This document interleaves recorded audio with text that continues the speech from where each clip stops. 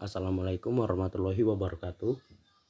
Saya Fadli Andra Soroni dari kelas 10 IPS 2. Di sini saya akan menjelaskan teks hikayat. Mulai dari apa itu teks hikayat, cirinya, nilai-nilainya, dan contoh teks hikayat.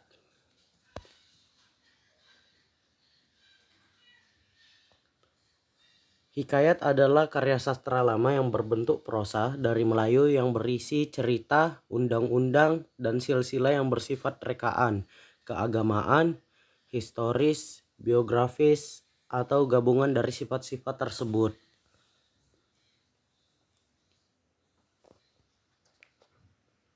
Hikayat juga merupakan salah satu jenis prosa yang berkembang di Indonesia jauh sebelum cerpen dan novel ditulis. Tapi tidak cuma di Indonesia saja, negara-negara yang masih serumpun dengan Indonesia seperti Filipina, Thailand, Brunei, dan Malaysia juga memiliki jenis cerita ini.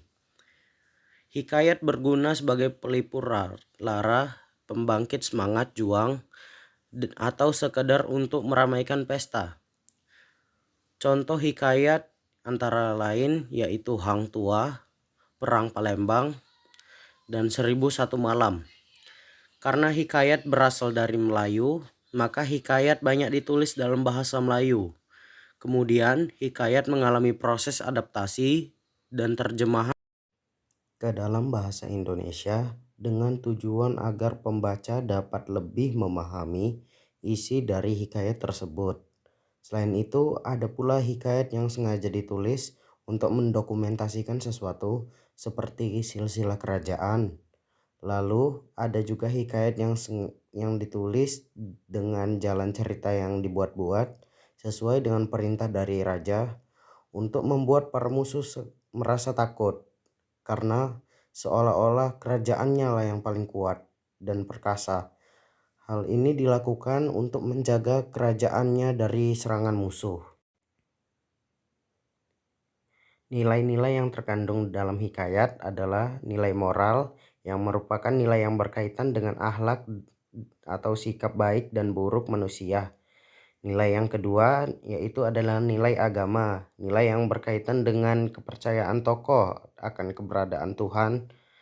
Hikayat ini banyak mengajarkan tentang nilai-nilai keagamaan yang dapat diterapkan dalam kehidupan untuk mempertebal iman. Nilai yang ketiga yaitu adalah nilai budaya. Nilai budaya merupakan nilai yang berkaitan dengan adat istiadat atau kebiasaan di suatu wilayah tertentu. Nilai keempat yaitu nilai sosial. Nilai sosial merupakan nilai yang berkaitan dengan relasi antar manusia. Melalui hikayat, kita bisa belajar banyak mengenai nilai-nilai sosial yang dapat melatih kita menjadi manusia yang dapat bersosialisasi dengan baik antara manusia lainnya dengan baik. Ciri-ciri teks hikayat yaitu anonim atau tidak diketahui siapa pengarangnya dengan jelas. Yang kedua adalah kesaktian. Tokoh hikayat seringkali diceritakan memiliki kesaktian tertentu. Yang ketiga yaitu tidak logis. Teks hikayat mengandung kemustahilan baik dari segi bahasa maupun segi cerita. Ciri keempat yaitu istana sentris. Hikayat seringkali bersifat istana sentris, yaitu bertemakan atau berlatar belakangkan kerajaan. Tokoh-tokoh yang diceritakan pun biasanya adalah raja, anak raja, atau prajurit. Selain itu, latar belakang tempat yang digunakan dalam hikayat tersebut adalah suatu negeri yang dipimpin oleh raja atau istana dalam suatu kerajaan. Yang kelima adalah arkais. Hikayat bersifat arkais, yaitu menggunakan bahasa yang sudah lampau atau bahasa yang sudah jarang dipakai atau tidak lazim lagi digunakan untuk komunikasi masa kini. Contoh hikayat yaitu adalah Lutung Kasarung. Dahulu kala terdapat dua orang putri dari kerajaan Pasudan. Mereka Purbararang dan Purbasari yang memiliki wajah sangat cantik.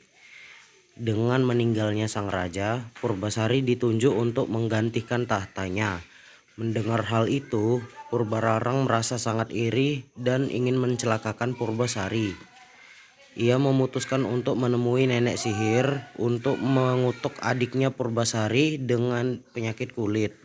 Kemudian Purbasari dipaksa untuk diasingkan di dalam hutan sehingga tahta pun berhasil pindah ke tangan Purbararang. Selama tinggal di hutan, Purbasari berteman dengan seekor kera berbulu hitam. Kera tersebut bernama Lutung Kasarung. Ia sangat perhatian dan menyayangi Purbasari. Lutung mengajak Purbasari untuk mandi di sebuah telaga. Secara ajaib, air di telaga tersebut mampu menyembuhkan penyakit dan mengembalikan kecantikan Purbasari. Mendengar hal tersebut, Purbararang merasa cemas. Ia khawatir jika adiknya merebut kembali tahtanya. Kemudian ia pun menghampiri adiknya dan mengajak untuk beradu memperebutkan kursi raja. Dahulu kala terdapat dua orang putri dari kerajaan Pasudan. Mereka Purbararang dan Purbasari yang memiliki wajah sangat cantik.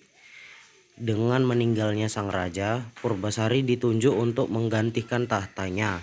Mendengar hal itu, Purbararang merasa sangat iri dan ingin mencelakakan Purbasari. Ia memutuskan untuk menemui nenek sihir untuk mengutuk adiknya Purbasari dengan penyakit kulit. Kemudian Purbasari dipaksa untuk diasingkan di dalam hutan sehingga tahta pun berhasil pindah ke tangan Purbararang. Selama tinggal di hutan, Purbasari berteman dengan seekor kera berbulu hitam. Kera tersebut bernama Lutung Kasarung. Ia sangat perhatian dan menyayangi Purbasari. Lutung mengajak Purbasari untuk mandi di sebuah telaga. Secara ajaib, air di telaga tersebut mampu menyembuhkan penyakit dan mengembalikan kecantikan Purbasari. Mendengar hal tersebut, Purbararang merasa cemas. Ia khawatir jika adiknya merebut kembali tahtanya.